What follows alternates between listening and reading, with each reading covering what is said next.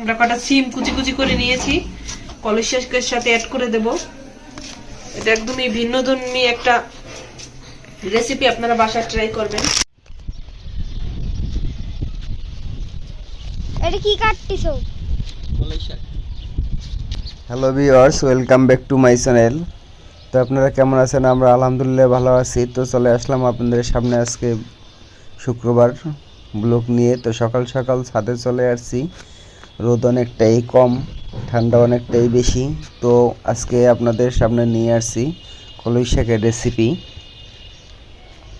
এবছরের প্রথম কলস শাক আমাদের, সবগুলো ভালোই তাজা আছে। আমি কেনার সময় মনে করছিলাম কি মাথা মনে হয় নাই, মোটেও ভালোই মাথা আছে। বন্ধুরা, প্রতিটি শাক থেকে নরম মাথাগুলো দেখে দেখে আলাদা করতে হবে।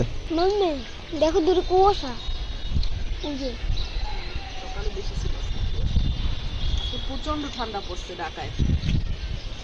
আজকে মাম্মির বাবার সাথে ছাদে আসছি, বাবা মাম্মি কাটতেছে। ওদিকে দেখেন কত কুয়াশা। এটা কলই শাক। কলই শাক এবছর আমরা এই প্রথম খাচ্ছি। এটা বরিশালের লোকের খুব প্রিয় খাবার। সব দেশের মানুষ এটা খায় না, অনেকে খেতেও জানে না। তো বরিশালের মানুষ এগুলো খুবই পছন্দ করে। তো গাইস দেখেন আজকে কতটা কুয়াশা। ওই যে দেখেন, আমি একটু জুম করে দিচ্ছি।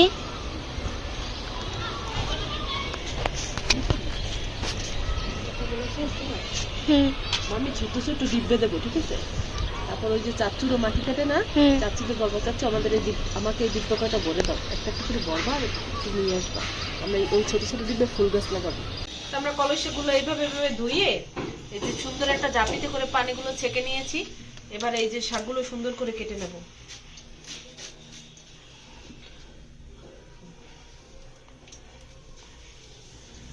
একদম মিহি করে কুচি কুচি করে নিতে হবে। যদিও আমি অত ভালো কুচি কুচি করতে পারি না, তারপরে চেষ্টা করতেছি। তো বন্ধুরা, মুসাফির আম্মু শাকগুলো কেটে নিচ্ছে সুন্দর করে। তো আপনাদের সামনে রেসিপিটা করার কারণ, শীত আসছে, ঢাকার শহরে বা সব জায়গায় এই শাকগুলো অ্যাভেলেবেল পাওয়া যায়। তো আপনারা যাতে এটার স্বাদটা নিতে পারেন, এই জন্য এটা রেসিপিটা দেখিয়েছি, কারণ এটা অনেকেই চেনেন না।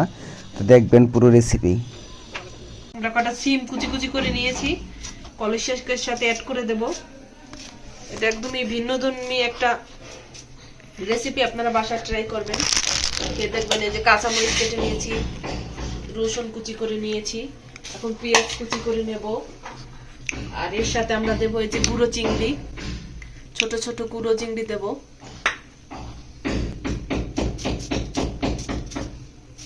সুন্দর করে পেঁয়াজ, কাঁচামরিচ, রসুন, চিংড়ি মাছ সব কেটে গুছিয়ে নেব। তারপর রান্না করার সময় আপনাদের সাথে শেয়ার করব।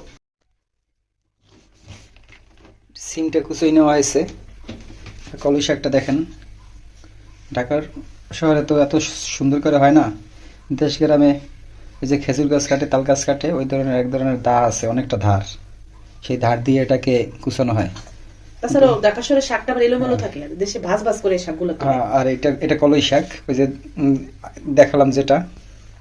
তো সেই শাকটাকে এভাবে কুচু কুচু করা হয়েছে। তো বটি দিয়ে করা হয়েছে, অনেক কষ্ট হয়েছে আর কি। এভাবে করে নিতে হবে। দেখো, আর এটার সাথে দেবো এই যে চিংড়ি মাছ, নদীর গুঁড়া চিংড়ি মাছ, এটা দিয়ে এটা রেসিপি করা হবে। কোনো পানি দেওয়া যাবে না, প্রথমে এই শাকটাকে দিয়ে দেব। এই যে দেখেন, এই শাকটা অনেকগুলো দেখা যাচ্ছে, কিন্তু এটা একবারে কমে অনেক অল্প হয়ে যাবে।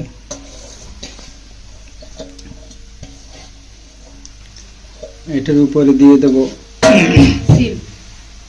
এই সিম কুচিয়ে নিছি সাথে। সিম দিলেও দিতে পারেন, নাও দিতে পারেন, এটা এক্সট্রা স্বাদ হবে। লবণ, স্বাদ মতো একটু লবণ দিয়ে দেব। প্রথমে পরিমাণে কম দেবেন, তারপরে শাকটা একটু টেস্ট করে তারপরে দেবেন, কারণ শাক তো কমে যায়।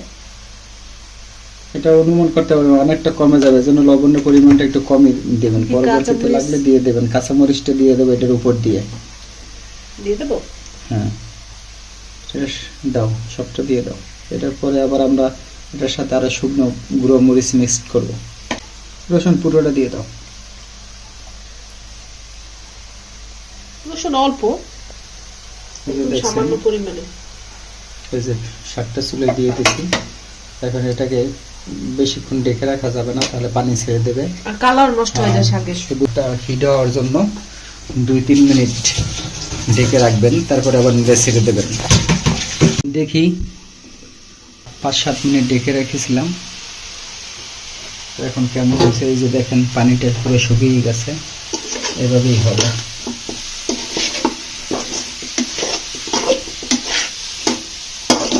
একটু পরে এটাকে তুলে রাখবো প্লেটে। একটু শুকনো মরিচ নিয়ে নিলাম, এটা খাঁটি করে হাতে ডলা দিয়ে এটার সাথে অ্যাড করব। মরিচটা টালা হয়ে গেছে, এটা উঠিয়ে রেখে দিয়েছি। এটা একবার মশমশা হবে, হাতে গুঁড়ো করে নেব। এবার চিংড়ি মাছটাকে কষিয়ে নেব, তো দিয়ে দিচ্ছি একটু তেল। আর লাগবে না। এবার চিংড়ি মাছটা দিয়ে দেবো।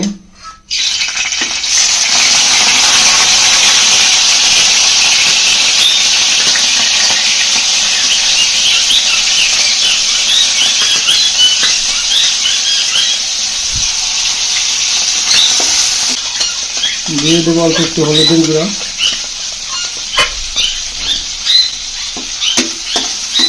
হলুদ না দিলে হয়, শুধু এই যে চিংড়ি মাছের কালারটার জন্য দিলাম, না কোনো প্রয়োজন নাই শাকে হলুদ দেওয়ার।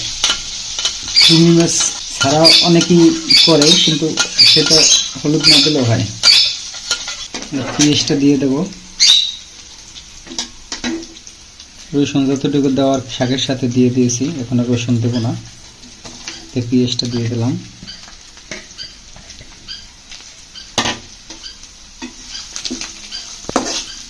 এটা হয়ে গেছে, তো দেখতেই পাচ্ছেন এটা কালার চলে আসছে। এখন আমরা শাকগুলো দিয়ে দেবো।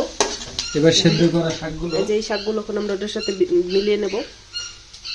এই দেখুন পেঁয়াজগুলো ভাজা ভাজা করা হয়ে এই গেছে। যে শাকগুলো দেখছেন কত ঝরঝরা হয়েছে, এভাবেই হবে। পানি থাকলে কিন্তু মজা লাগবে না। এটা গ্রামে কলের শাক, বরিশালে খায়, ফরিদপুরে খায়, কিন্তু ঢাকায় যারা পায় তারা খায়। তবে অনেকেই এটা রান্না করতে জান না দেখে কিনে না, কিন্তু এটা অনেক সুস্বাদু। তো যারা রেসিপিটা দেখেছেন, যদি ভালো লাগে তাহলে এভাবে করে খেয়ে দেখবেন, এটা অনেক সুস্বাদু। তো এবার শাকটাকে দিয়ে দেবো। তো বন্ধুরা, যারা এখন আমার চ্যানেলটাকে সাবস্ক্রাইব করেননি, ভিডিওটি ভালো লাগলে প্লিজ অবশ্যই সাবস্ক্রাইব করে পাশে থাকবেন। পাশে থাকা বেল আইকনটি বাজিয়ে দেবেন, লাইক কমেন্ট শেয়ার করে দেবেন। এটা এখানে ভালো করে নেড়ে ছেড়ে তারপরে মরিচের গুঁড়োটা আবার উপরে দিয়ে দেবো, খাঁটি করা গুঁড়ো মরিচ। এই যে এটা মিক্স করে নেবেন, সুন্দর করে মিক্স করে নেবেন। দেখছেন কালারটা অনেক সুন্দর হয়েছে শাকের, অনেক সুন্দর একটা কালার চলে আসছে। যারা এটা খেয়ে অভ্যস্ত তাদের অবশ্যই দেখার পরে জিভে জল চলে আসবে।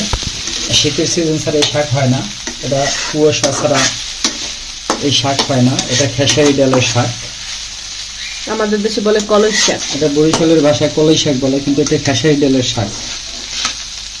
এই দেখছেন অনেক সুন্দর হয়েছে, অনেক সুন্দর একটা ঘ্রাণও আসছে। এটা এত মজা, আপনারা খেলে বুঝতে পারবেন। শুকনো মরিচটা যারা পছন্দ খাননি তারা আমার রেসিপিটি ফলো করে এটা খেয়ে দেখবেন। শুকনো মরিচ এটা কিভাবে বাছাই করা হয়েছে তাও আপনাদেরকে শেয়ার করেছি। খাঁটি করে নিয়েছি শুকনো মরিচটাকে। এটা এখন এটা হাতে ডলে নিয়েছি, এটা শুকনো মরিচ। এটা এখন এখন এটাকে শাকের উপরে দিয়ে দেবো। তো এইভাবে একটু নাড়াচাড়া দিয়ে দেবেন।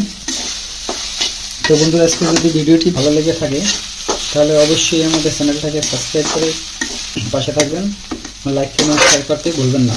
ভিডিওটি দেখতে দেখতে আমার চ্যানেলটাকে একটু লাইক করে দিয়ে দিন। এই যে দেখতেই পাচ্ছেন অনেক সুন্দর। তো আমি আপনাদের এখন টেস্ট করে জানাবো এটা কেমন হয়েছে। নিজে রান্না খেয়ে দেখো কেমন। বিসমিল্লাহ। কেমন লাগলো? অনেক অনেক অনেক স্বাদ হয়েছে। আজকের মধ্যে এখানেই বিদায় নিচ্ছি। তো সবাই ভালো থাকবেন, সুস্থ থাকবেন।